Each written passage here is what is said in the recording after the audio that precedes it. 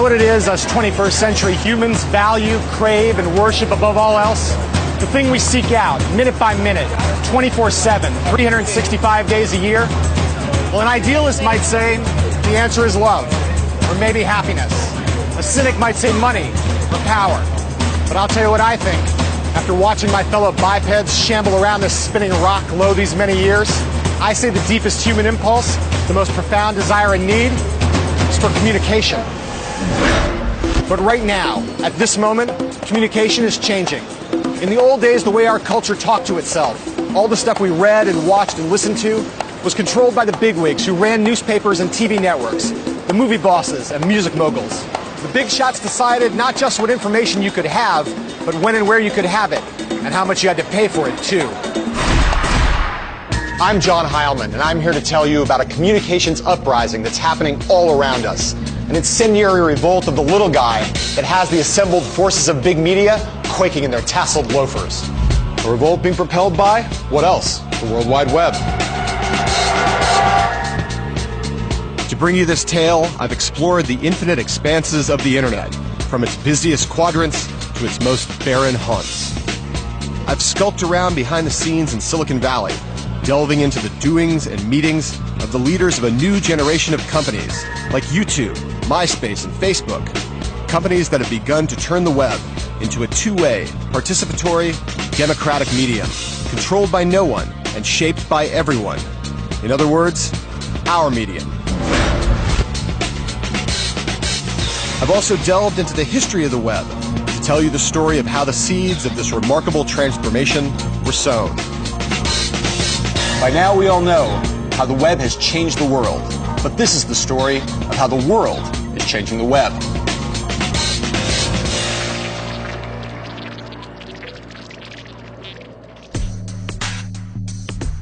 This is Silicon Valley, California, and these dudes are Chad Hurley, Kevin Rose, and Jay Adelson. Now, they may look more like Doogie Howser than Che Guevara, but these guys are among the leaders of the Web 2.0 revolution. Rose and Adelson run Digg, a social news website, the content of which is chosen by its devoted user community of millions. Hurley, meanwhile, is the co-founder of one of the planet's most insanely popular websites, YouTube, the online video sharing service that was bought by Google in 2006 for a jaw-dropping $1.65 billion. Now, you might think that like other startup players, these guys are in it to get rich. And yeah, they are. But they're also on a mission to change the world through web-enabled people power. I think it's just, this is what the internet's all about. The internet's about connecting individuals, or connecting individuals to information. Who do you trust more? Do you trust some corporate executive in some smoky-filled back room, or do you trust your peers and the people who are connected to you? If that sounds like fighting talk, that's because it is. Digg and YouTube are part of a new wave of web services, each more popular than the last, all of which offer an alternative to old-school media, like the one you're watching right now.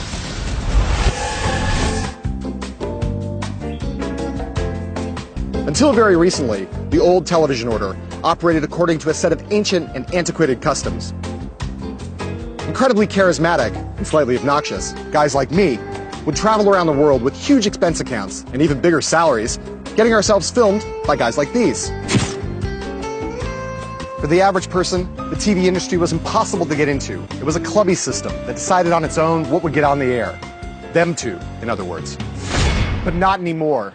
Today, the TV industry is being blown wide open, made accessible to everyone, all because of YouTube and a transformation summed up by its two-word slogan, broadcast yourself. Before, it was just the traditional media companies that would control the gates of distribution. And also, they were controlling what was being produced. But we think everyone has an opportunity, or should have the ability to be heard. It's not surprising that some of the titans of television find YouTube so threatening, especially after its marriage to Google. For what Chad Hurley and his gang have done is given us all a power that used to reside only in the hands of the masters of big media. They've given each and every one of us our own personal broadcast tower from which we can transmit our home video creations, be they brilliant or utterly moronic, to a potential audience of millions. Over at Digg, a similar kind of experiment is underway. Only here the subject isn't frivolous TV entertainment, but that most self-serious of subjects, news. Like a newspaper, Dig is full of the latest goings-on from around the world. But what lands on Dig's front page isn't decided by some stripy-shirted, ink-stained Ben Bradley wannabe. It's decided by you, the user. The more people who dig, which is to say vote for, a given story, the more prominence it gets on the site. You know, it's always been a handful of editors that determine what belongs on the front page of a newspaper or anywhere else. Now it's the entire, close to 1 million registered editors that we have that are constantly looking for great news, information, stories, videos, and anything else to expose to the community. What Dig is doing is it's saying a blog could be on the same plane as the New York Times. And it's up to the people to decide what's important. The guys at both YouTube and Dig are believers in a theory known as the wisdom of crowds. They're also deeply in touch with the fact that we love nothing more than the sound of our own voices, the sight of our own images on a screen. But there may be nobody who understands all that more deeply at this moment than this kid, Mark Zuckerberg, the 22-year-old founder of the burgeoning social networking site, Facebook. The reason why you spend so much time communicating with your friends, right, and other people that you respect is because their opinions and what they say actually means a lot to you. So what we've tried to do at Facebook is we've tried to map out all of these relationships that people have. About a year ago, I happened to share a cross-country flight with Arthur Sulzberger, the chairman and publisher of the New York Times, and Mark Zuckerberg. Zuckerberg arrived about 20 minutes late to the New York Times jet, no less, wearing a pair of gym shorts and flip-flops. Listening to him and Sulzberger talk about the future of media was like overhearing a conversation between a Martian and a fungo bat. When the flight was over, Sulzberger asked me what I thought of Zuckerberg, and I said I thought he was smart but young. Sulzberger replied, yeah, smart, but really young, and really, really lucky. He said he was just the flavor of the month. A year later, the New York Times' share price and profits were falling through the floor, and the company was conceding that its web strategy was a total mess. Meanwhile, Facebook was growing like gangbusters, getting ready for what was sure to be a multi-billion-dollar IPO, and looking, quite possibly, like the next Google. But the truth is, Facebook and YouTube and MySpace and Dig didn't come out of nowhere. They're the direct descendants of another crop of media revolutionaries who hit the scene an eternity ago in high-tech terms, by which I mean, a little less than a decade ago. Now today we've all become a bit blasé about the web. We take for granted the huge changes it's caused in our daily lives, especially when it comes to how we consume media. But take a second and cast your mind back to, say, the mid-1990s. Remember how it used to be. Remember the incredibly tedious process that used to be involved when it came to laying your hands on a new piece of music. As I recall, it went something like this. First, you'd hear a track you liked, maybe on the radio. Then you'd have to leave the house, go look for a record store. Poke around in the bins, find the music you're looking for, and then come all the way back home again. Finally, you'd get back to your comfy living room with your expensive new CD, which you'd bought on the strength of that one single you liked. You'd pop it into your CD player, put your feet up, and give it a listen.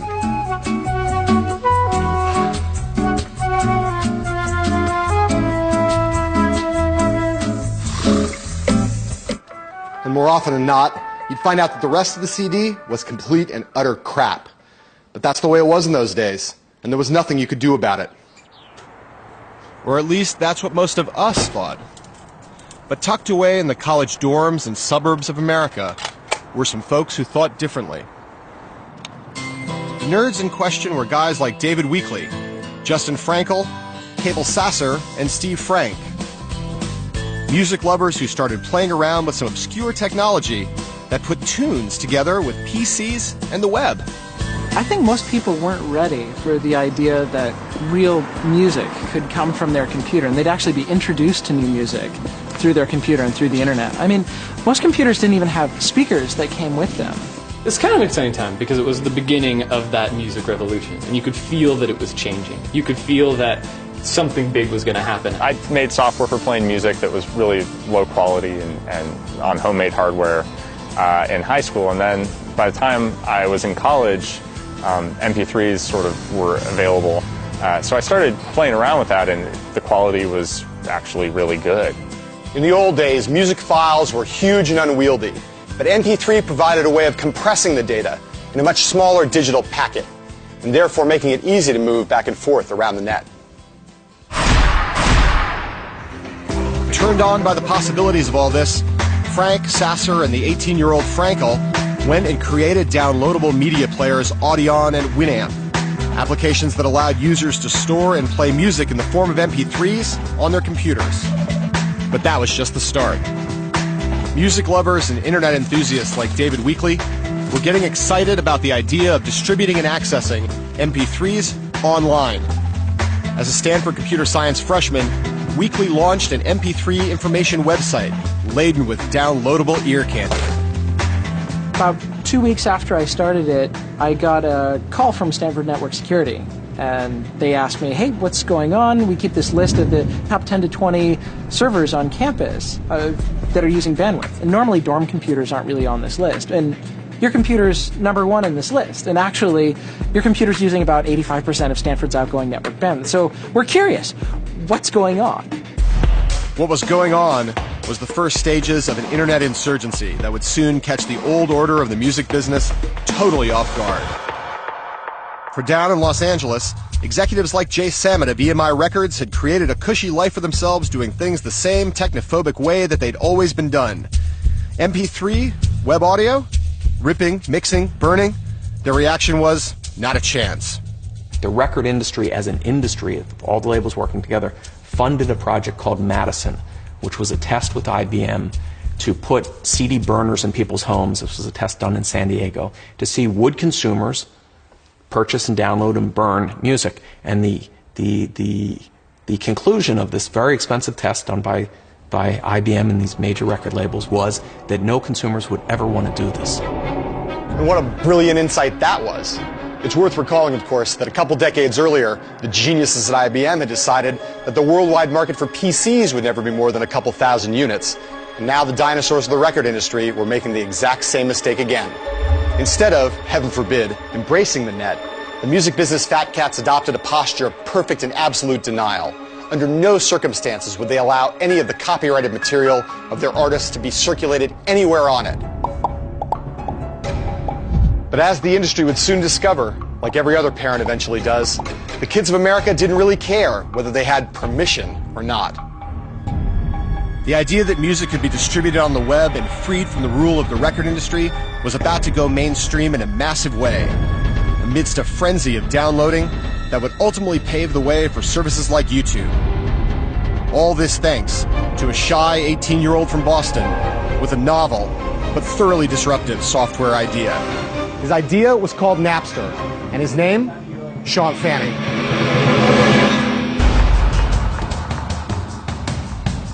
Back in 1999, Fanning was studying at Boston's Northeastern University. He liked to play guitar and, like his friends, surf the web for downloadable music. My roommate in college was really into rap music and would download all sorts of obscure rap, and he'd have his friends over on the weekends and we'd party, and they were all interested in getting access to his music or figuring out how to get music in the same way that he did. But he put so much time into finding tracks, it was such a pain that he would skip class to do it. And if he found a good site, he would skip, an entire day worth of classes just to make sure he got everything he wanted. This gave Sean Fanning a big idea. I mean, like, really big. So big that its repercussions are still rippling all throughout the internet and the entertainment industry today. I started to come to the realization that there were all these people with music collections that had music that other people would be interested in, and they wanted to share them. And the logical way to solve that and some of the reliability issues was to do something that created what was essentially a peer-to-peer architecture. So how did this peer-to-peer system work? Well, Napster allowed its users to let their PCs talk and share stuff with the computers of other users. This meant that as long as someone somewhere had an MP3 of the song you wanted, all you had to do was fire up Napster, type in the name of the song, and it would be downloaded onto your hard drive straight from theirs. Napster was kind of built out of necessity. I really wanted to use what I was building. And he wasn't alone, because Fanning, a kid too young to buy a drink in most American states, was about to spark a phenomenon and cause one of the most heated controversies in the history of technology. In June 1999, Fanning finished hacking up the code for Napster. It was the first program he'd ever written. He gave it to a couple dozen of his friends that he met through online chat rooms and told them, hey, just don't spread this around. But once they got their hands on it, they couldn't resist. Within a week, some 10,000 people had downloaded Napster, unleashing a revolution that promised a future in which the record shops of the world looked something like this.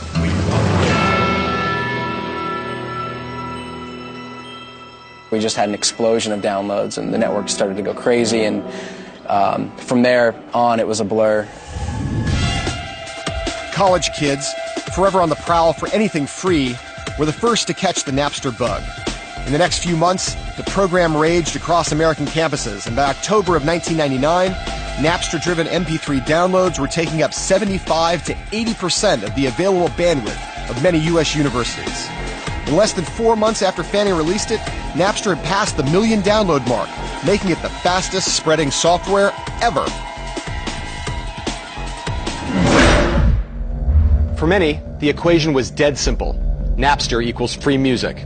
But what Fanning had created had implications that went way beyond music.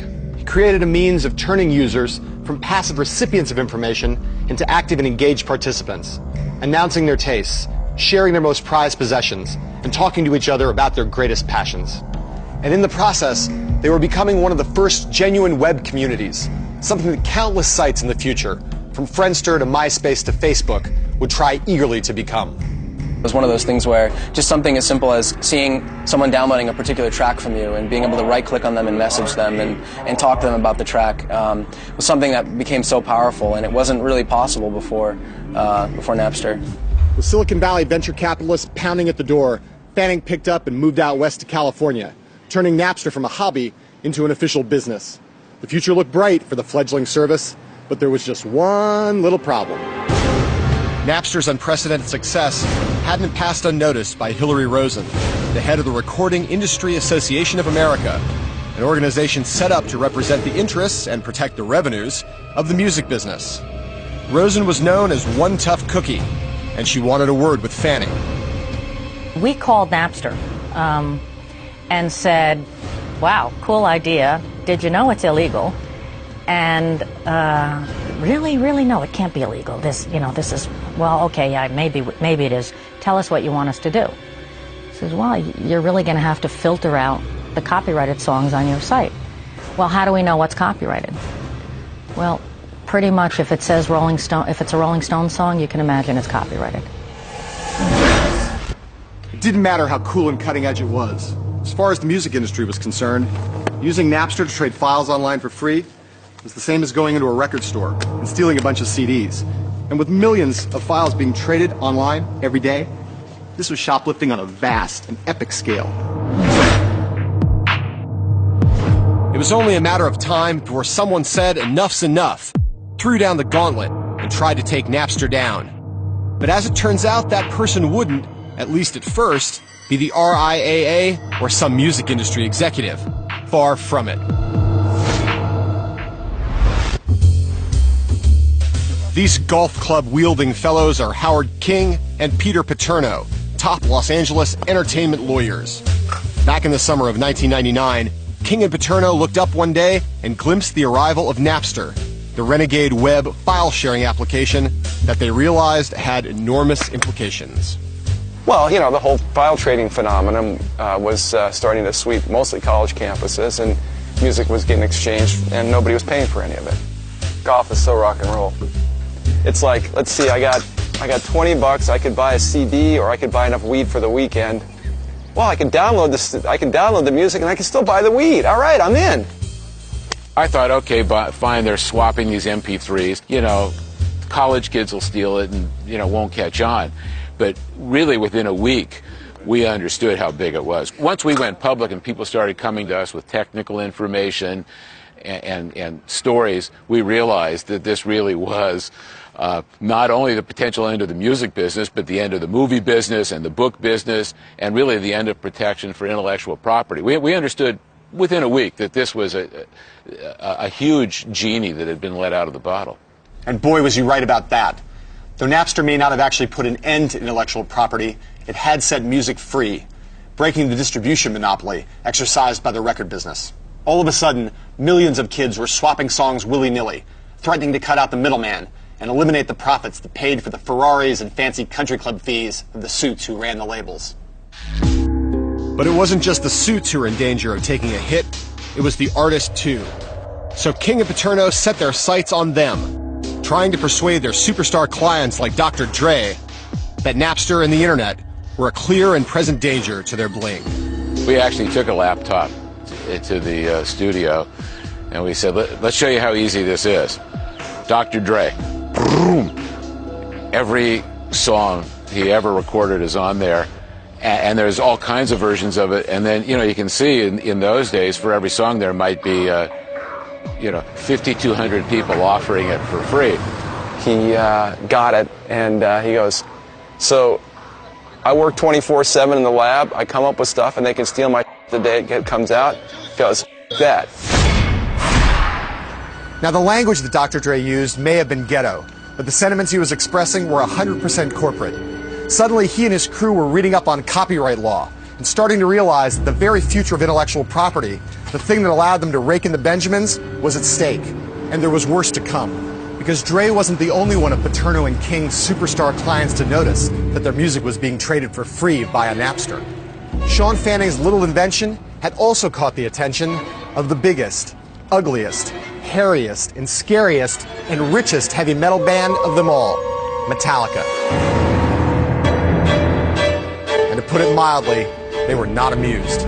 I was a pretty big Metallica fan, and I remember being really surprised by the fact that they were so upset by Napster and by people sharing their music, because I know they were really into the taping of live shows and sharing of live shows. They're pretty hypocritical. Yeah, I'd say it was pretty hypocritical.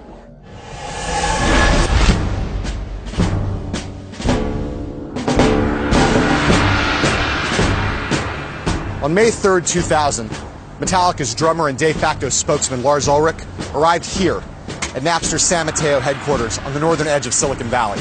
He was flanked by his lawyers, Paterno and King, for what would turn out to be a legendary, or ludicrous, depending on your point of view, encounter with their digital nemesis. I think he expected to come there and find like a big company with like a big sign out front with its own separate building, and he came there and it was like one small office with a couple guys in a bank building. And so I really don't think he knew what he was getting into. We let the press know, but I have to tell you, when we rounded the corner in front of Napster's headquarters and saw at least 250 reporters with all the trucks and the towers, we were all shocked, because that was the first real sign that this is a pretty hot issue. Ulrich and his lawyers were here to make a point. They wanted some 300,000 Napster users, all of them trading Metallica songs, to be banned from using the site.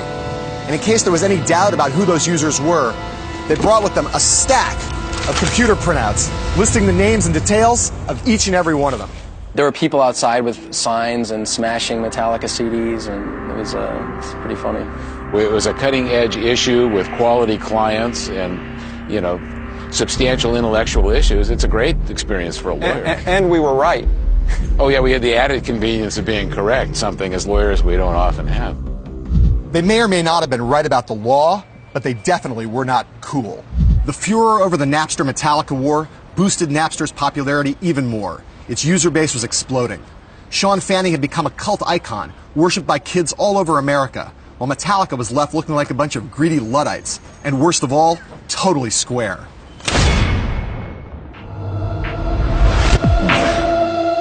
But there was more trouble to come. Hillary Rosen and the RIAA filed a lawsuit against Napster, one that promised to have profound implications for the role of copyright in the digital age. After a furious, bitter legal battle that took place here at the Ninth Circuit Court of Appeals, amid a massive swarm of press from around the world, in July 2001, a verdict was rendered. Napster had to be shut down immediately. The music business had won, at least for now, but it had also shown itself to be a reactionary force. Rather than embracing the future, it had panicked and declared war on its customers, calling them outlaws rather than what they really were, fans. With its vindication in the courts, the music industry could claim a victory in its war against file sharing. It had shut down Napster and sent Sean Fanning packing. And it encouraged Steve Jobs and Apple to create the iTunes Music Store, where songs were sold for 99 cents apiece. with strict copy protection that made the labels very happy. But with the benefit of hindsight, the music industry's alleged triumph seems more like a hollow, Pyrrhic victory. Did shutting down Napster halt the decline in music sales? No. They just continued their long and steady downward spiral. Did shutting down Napster stop illegal file trading in its tracks? No. Services like Kazaa simply picked up where Napster left off, fueling even more trading in pirated tracks.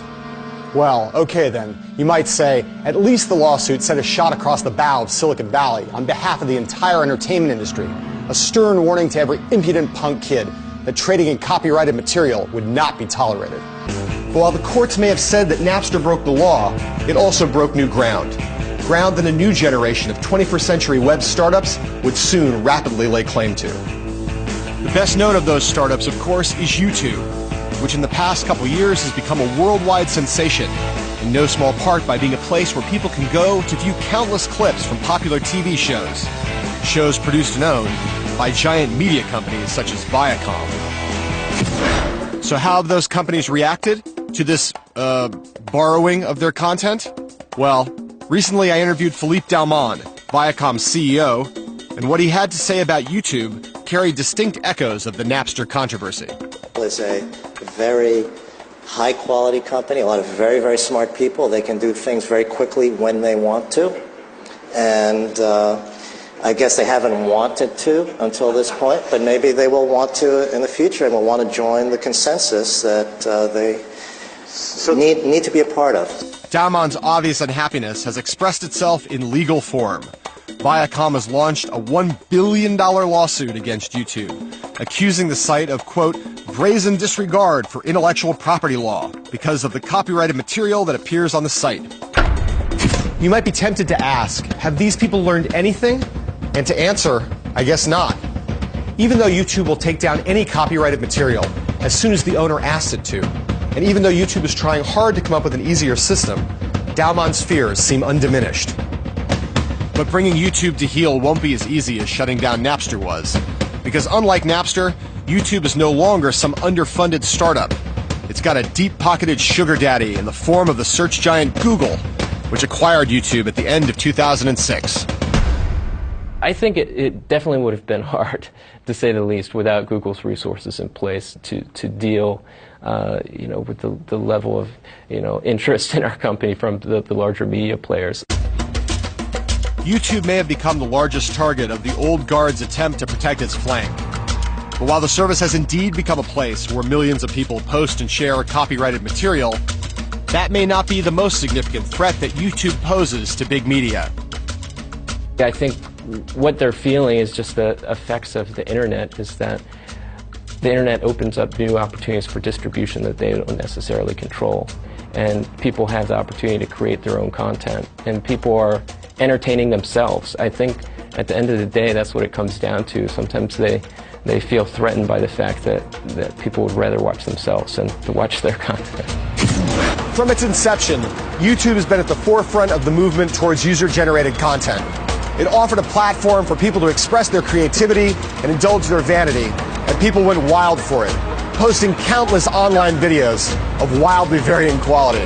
But YouTube wasn't alone.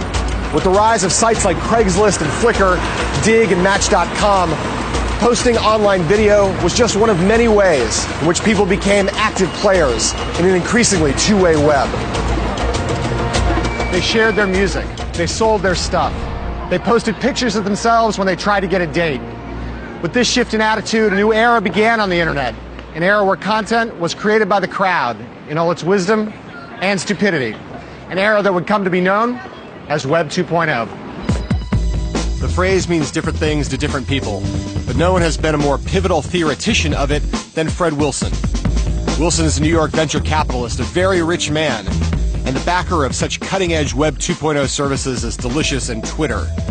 He's also a highly respected blogger who draws a large audience of people eager to listen to his musings, not just about money and investing, but about the meaning of it all.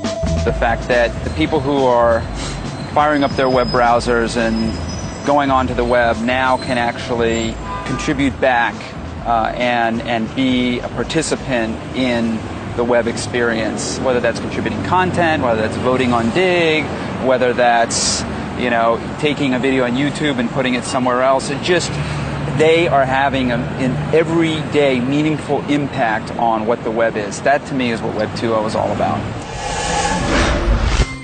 Where all the strands of Web 2.0 come together is in the new world of social networking, which was born in the wake of the dot-com crash. First came Friendster, a glorified dating site that rose and fell quickly, but that was followed by MySpace, founded in mid-2003 by two LA hipsters, Chris DeWolf and Tom Anderson. The MySpace page is very similar to a person's bedroom or potentially their apartment, whereby on their MySpace page there's, you know, different colors, there's music playing in the background, there's photos of your friends up, and it's very similar to what you may have in your bedroom or your apartment. It gives you this real insight into someone that ordinarily you wouldn't have. As it was with Napster, the initial popularity of MySpace had a lot to do with sharing and accessing music. By the spring of 2005, the site had gone through the roof, attracting 27 million registered users, growing at a blistering pace, and overtaking even the web's reigning colossus in terms of monthly traffic. When we passed Google in page views, I mean, that was a significant moment. It just seemed, wow, we can't be that big, you know? It just didn't seem right for us and the small company that we had, and, you know, Google was so huge and always in the news, and that was a very significant moment when that happened. By the summer of 2005, MySpace seemed to be everywhere. All of a sudden, every kid you met had a MySpace page. Every band had one too. Hollywood had started using the site as a prime marketing vehicle for its wares. It didn't take a genius to see that MySpace was a potential gold mine. Although genius is exactly what many people attribute to Rupert Murdoch, the man who presides over the globe-spanning media empire that is News Corp, and who that July wrote a very big check to take over MySpace.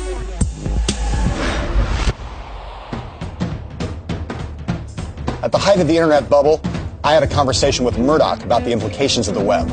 The old man poo-pooed it. Everyone's getting a bit overexcited by this digital deluge, he said. Most people just want to sit back and watch. Interacting is hard work. I remember thinking I'd finally found a blind spot in Murdoch. But then, a few years later, he turns around and buys MySpace for $650 million. Had Murdoch, the god of old media, finally got the web religion? I don't think so. What happened was that the social networking tsunami simply got too big for Murdoch to ignore, and he figured it was time to start trying to ride the wave rather than getting drowned by it. But as News Corp would soon discover, on the internet, money can't buy you love, or a permanent position of unchallenged dominance. The new thing is always just around the corner, and when it comes to social networking, the new thing is Facebook, a startup founded by the now 23-year-old Harvard dropout Mark Zuckerberg, and which out in Silicon Valley is being mentioned by everyone in the same breath with Netscape and Google as a startup that has the potential to fundamentally change the web. So it started off pretty small, right? I mean, we threw together the first version of the product in just a week and a half. 2/3 of Harvard students were using it within a couple of weeks, right? And then all these other students from schools around Harvard started emailing us and saying, okay, well, can you open a version of Facebook at our school? And we just quickly expanded it as fast as we could. Right, and then we expanded to all the colleges in the U.S., and then all the high schools, and then a lot of companies, and then we made it so that anyone can sign up. And then since then it's grown from about 10 million active users to maybe 50, and it's still growing at this rate where it doubles every 6 months. This story might sound familiar, and in a way it is. Boy creates software in college dorm room. Software catches on, takes the web by storm. Boy moves out to Silicon Valley, climbs into bed with venture capitalists. Boy winds up on the cover of Fortune and makes so much money that you can't help but kind of hate him. But Mark Zuckerberg isn't just your typical Valley boy. What sets him apart is the sheer, ungodly, nearly incomprehensible scale of his ambition. It's the kind of ambition that reminds you of a young Bill Gates, who set out with the goal of putting a PC on every desktop in every home and office in the world, all of them running Microsoft software. Or the Google guys, whose goal is to organize and make accessible all the world's information via Google. In Zuckerberg's case, the grand ambition is to create a service that captures the totality of human connectedness. To create, I guess you'd say, the ultimate relationship engine. what we've tried to do at Facebook is we've tried to map out all of these relationships that people have. And I mean, there are billions of them across the world. And what we call the aggregate of all of the relationships that people have, we call that the social graph. The social graph may sound like another bit of Silicon Valley jargon, but it's not. It's actually a concept from academia, from what's known as social network analysis. The basic idea is that we're all bound together by a web of relationships. Some of the ties are direct and strong, others are tenuous and weak. I know you. You know a guy named Fred, and Fred happens to know Bono. So, theoretically, I'm connected to Bono. It's the 6 degrees of separation thing. Everyone's connected to everyone, however distantly. Now, imagine a diagram of all those interpersonal connections. That's the social graph. So when Zuckerberg talks about mapping, encompassing, and replicating online the entire sprawling global social graph, well, that's what I meant when I said before that he was unusually ambitious. Zuckerberg's ambitions don't end with the social graph, however. He wants to turn Facebook into the windows of the web, a platform on which software developers can build applications to make the site more useful and all-encompassing, and along the way, develop a whole new model of advertising. Well, I mean, the developer platform is something that happened really quickly. I mean, within the first 4 days of launching it, this company I like, they built a music application, had more than 1 million users already, and stuff like that is just crazy. But I mean, it was really interesting to see how quickly it grew. Though it's early days and many of the current Facebook applications aren't very useful, the potential of its platform can't be overstated. That's one big reason why Microsoft wasn't just willing, but eager to part with $240 million for just 1.6% of Zuckerberg's company late last year. Whether Zuckerberg will become the new Bill Gates of the web, of course, remains to be seen. For one thing, his new ad platform may flop. For another, MySpace is hardly giving up without a fight. Though Facebook is growing at a staggering rate, MySpace is still bigger, and DeWolf and Anderson, with Murdoch's backing, plan to take on Facebook head-on. Thus are we about to witness the next great Donnybrook of the web. Facebook versus MySpace. The Valley Geeks versus the Hollywood Slicksters. But even with Rupert Murdoch lurking behind the scenes, bolstering MySpace as best he can, this is a novel kind of fight. Not old media versus new media, but new versus new. Two purebred Web 2.0 startups tangling for supremacy. A battle in which the most important creative assets are all of us, the amateurs. Which side will win? Maybe both, or maybe neither. With the rise of Web 2.0, everything is up for grabs. Money is flowing, deals are being done, millionaires are being minted overnight. But what's happening today also highlights the true significance of the web that first emerged way back in the days of Napster. The way it's put fantastic power in the hands of individuals. And while this power can be turned into profit, there are those whose aspirations are deeper, more altruistic. They're the people behind sites like Craigslist and Wikipedia. People who can't be bought. As the traditional media have watched the emergence of the two-way web, their denizens have begun to wonder, and even fret, about the future of their industries and themselves. And among the most fretful have been my pals who work in places like this, in the world of professional journalism. For nothing epitomizes the democratizing tendencies of Web 2.0 more than that new form of expression we've come to know as blogging. All over the world, ordinary people are posting their thoughts, their rants, their expertise, and sometimes even their reporting on the web. Everyone has something to say, and suddenly anyone can be a citizen journalist. My reporter buddies aren't the only ones rattled by the rise of the two-way web, though. Their bosses, the publishers, are freaking out as well. Now, back in the day, and until very recently, newspaper publishers could kick back in their offices, comfortable in the knowledge that no matter whether the economy was up or down, they always had one reliable source of revenue: classified ads. But today, those same newspaper publishers aren't comfortable at all. Instead, they're trembling with fear every time one word gets mentioned. No, not internet, and not web. Instead, it's Craig. That's Craig as in Craigslist, one of the world's most popular websites, which acts as a kind of online notice board in 450 cities worldwide, complete with all the stuff you get in the classified section of any newspaper. Jobs, stuff for sale, stuff wanted, places to rent, places to buy, gigs, services, and of course, personals, many of them naughty. And the fact that its classifieds are free is why the newspaper publishers are in a tizzy. Considering the scale and global reach of Craigslist, surely the company behind it must occupy a vast and gleaming headquarters in the heart of Silicon Valley. And surely the man behind it all must be a rapacious billionaire, fierce and formidable and imposing. Or maybe not. Yep, here he is, Craig. Craig Newmark, to be precise, a cuddly, middle-aged ex-programmer who runs his free-to-use, free-to-post website out of this tiny San Francisco office, which was once his apartment. Like Jimmy Wales, the founder of Wikipedia, the non-profit user-generated web encyclopedia, Newmark is living proof that the web is not just about making money. It's about setting communication free. We share some values with pretty much everyone in America and maybe everyone in the world. The deal is that, well, once you make enough money to live comfortably and to provide for your future, what's the point in having more?